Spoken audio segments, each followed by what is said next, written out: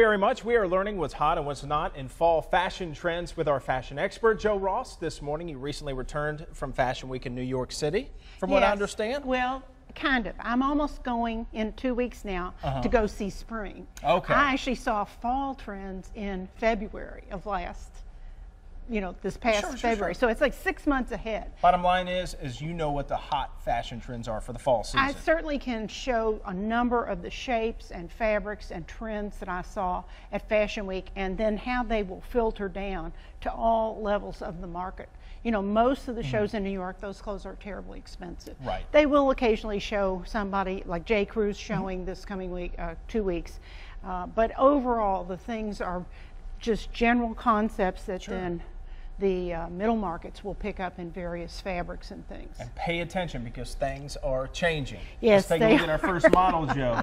All right, there was a great deal of what looks like mesh or even perforated fabrics in the marketplace, and I love this jacket. There's a trend towards a more voluminous shape in clothing. In some instances, bigger shoulders, bigger sleeves, and pardon me, this jacket gives you a feel for that.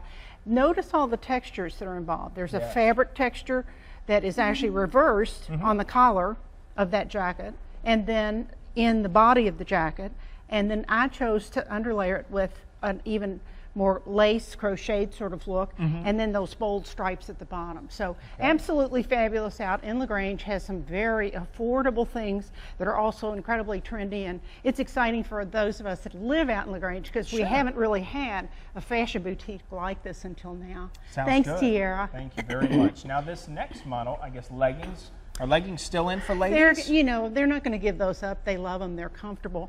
But be sure that the length of the tunic or the jacket that you wear does come way below your hip line. Okay. Now, this jacket is by two sisters, and it's velveteen. So as I said in the earlier segment, anything with a tactile, soft, plush sort of feel is going to be very important. And this is just great as it is with a legging. It certainly could top jeans, and it could certainly go out in the evening with a pair of palazzo pants for a whole different look.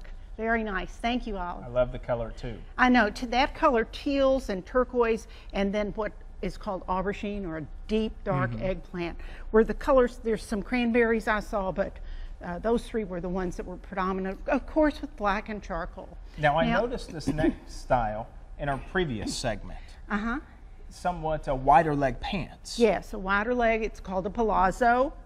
Some of them are more just cut more narrow to the knee, and then they flare out. But this is a true palazzo. It's almost a stovepipe, straight up and down pant.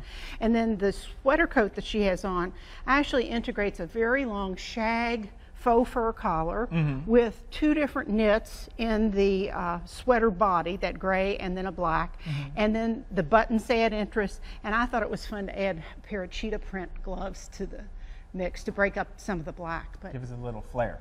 Briefly, Joe, tell me the biggest difference this year compared to last year when it comes to fall fashion. I think more voluminous fabrics, bigger coats, bigger pants. I also think all the texture, the technology that we have now to program computers to create all these fascinating fabrics. I saw a lot of perforated leather, and obviously you have to have precision to do that. So I think the technology, I saw it several seasons ago with Carolina Herrera, and then many of the designers have picked up the interest in texture to create new fabrics. Sure, sounds good. Thank you so much for your time, Joe. For other fashion looks, you can log on to our website, WDRB.com.